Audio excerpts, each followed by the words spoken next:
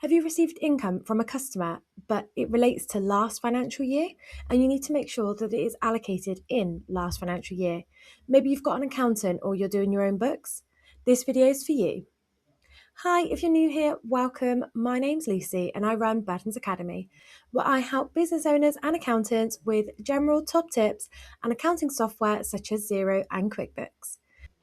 So during this video, what we're doing is we're looking at income received after the financial year.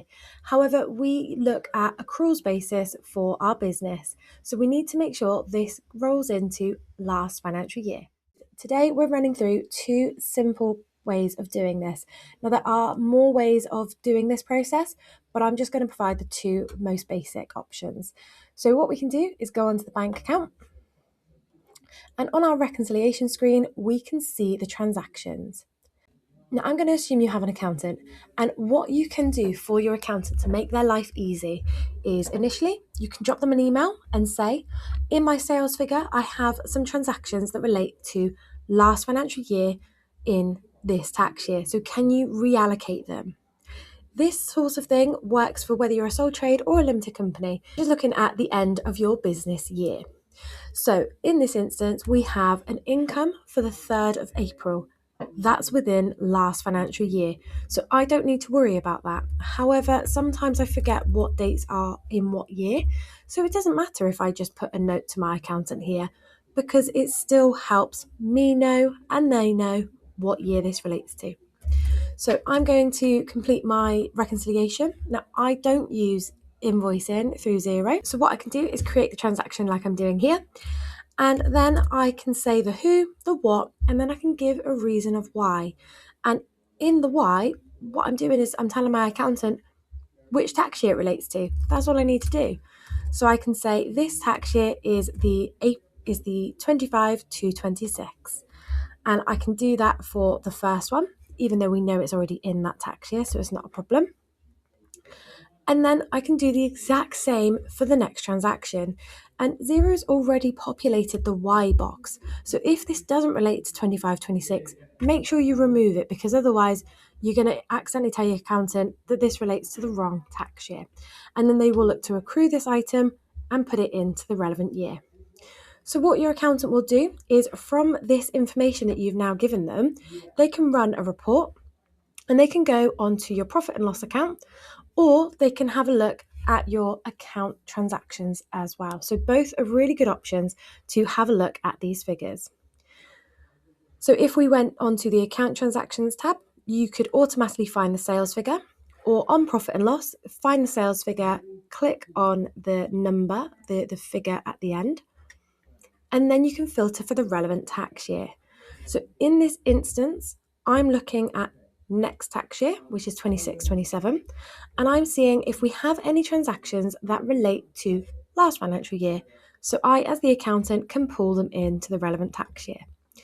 Again, at the moment, my Xero is showing the 1st of April, so technically I need to change this to be the 6th and 5th. So if we just then update that, I can then see this one account transaction needs to be moved and put into next tax year. So that, as an accountant, is really good option for me to understand where it needs to be moved to. Now, option number 2, and this is by far one of my favourites, because it means you don't need an accountant, and also it basically does the job for the accountant, even if you do have an accountant. So this option, as I say, by far my favourite, because we're using invoicing through Xero. And so I have 2 transactions, and I could create just the one invoice for the same 2 transactions, or I could create 2 invoices depending. So it all comes back to, what is it you're getting paid for? Sometimes people create the invoice ahead of time. Some people create invoices after they've been paid. Typically, invoices should come first, but I appreciate sometimes that doesn't always happen. In this instance, I need to go and find my invoice that I've created for these 2 payments. So I can click on the match button and I can have a look at my invoices. I don't have very many in here, so it's really easy for me to see what invoices are outstanding and therefore have no payments against them, and therefore can be reconciled to this transaction. If you have a big list though, you can use this search functionality to find the relevant invoices. So you could look for the customer, so by typing in the name, or you could look for the amount. In this instance though, the received figure is different to the invoice figure. So by typing 120 in, I wouldn't be able to find this invoice. So just something to bear in mind. For this payment, this relates to this invoice because I've set it up that way. So I need to click on this tick box and then split the income. I need to split the invoice to then allocate this income. So £120, click split, click OK.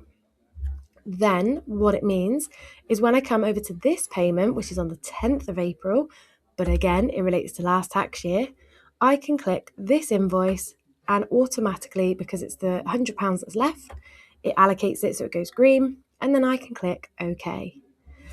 All of that journaling processes that the accountant would have done in the background has already been done through that invoice process. You don't need to tell them anything because it's already in the right tax year. You don't need to tell them to do any adjustments because that's already been done through the invoicing process. This is a really helpful tool. All you need to do is know how to create an invoice in Xero. If you don't know how to do that, please follow along and have a look at some of my other videos because I have many more on explanations about invoicing, billing, and anything else Xero related. So please reach out if you have any further questions and have a look at the channel if you have specific queries because I might have already created that video for you. Thanks, and I'll see you at the next one.